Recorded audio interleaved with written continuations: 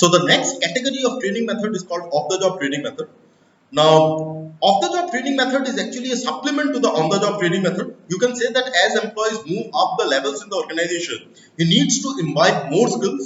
So gradually, when he moves up the organizational hierarchy, at that point of time, he needs to imbibe or incorporate skills, by which he can not only perform the job, but he can also make decisions at crucial times in the organization.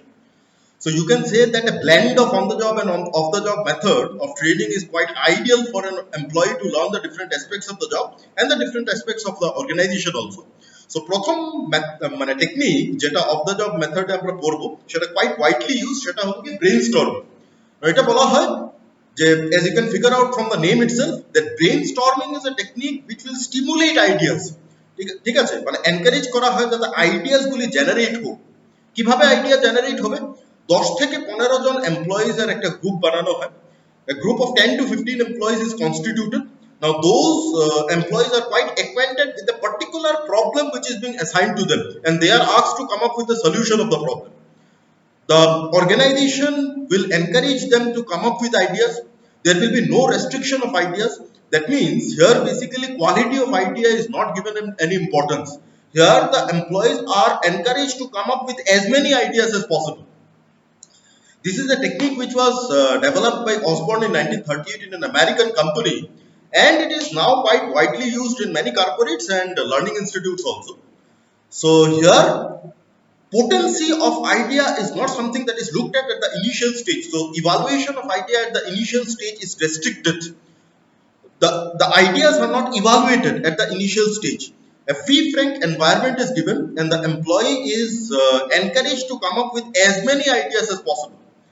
So here basically the employees are also encouraged to come up with ideas without any consideration to the financial constraints. So he only needs to come up with ideas. He should not think of any sort of obstacles or impediments to carry out his ideas. So this is, you can say, an exercise which will encourage the employees to come up with ideas, and hence it can develop their decision making skills. So next type of the job method is called role playing. Now it was basically a method, a technique which was developed by Moreno, a Vatican psychiatrist. He has basically developed this method of learning which involves human interaction in imaginary situation. Just like in case of a drama, an actor assumes different roles. Similarly, in an organization, the employees will be asked to assume the role of the managers.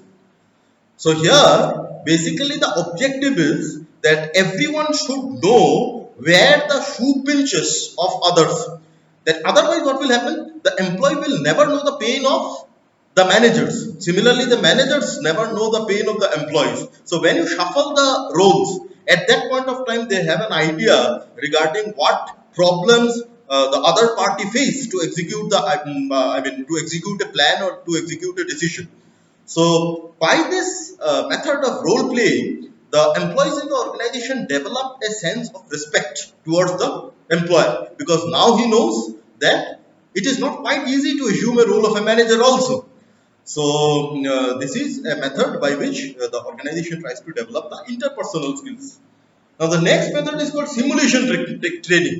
Here basically a duplication of a real life situation is made during the training.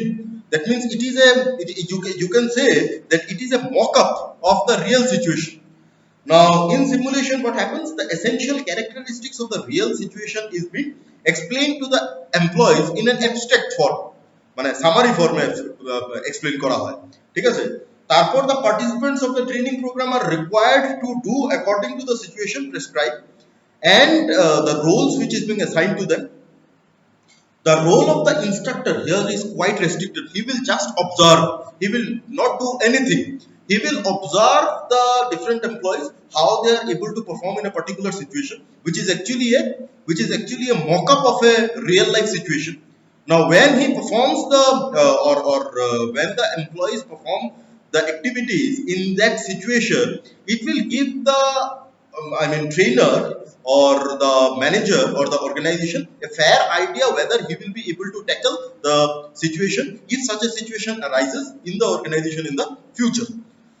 So at the end of the program, simulation training program, the trainer basically provides a feedback to the trainees regarding the flaws, regarding the pros and cons, and by which he can know that whether he has been able to perform it well or not, or whether he needs improvement. So this is how we have come to an end of this discussion, and this is how we have come to an end of the training part also.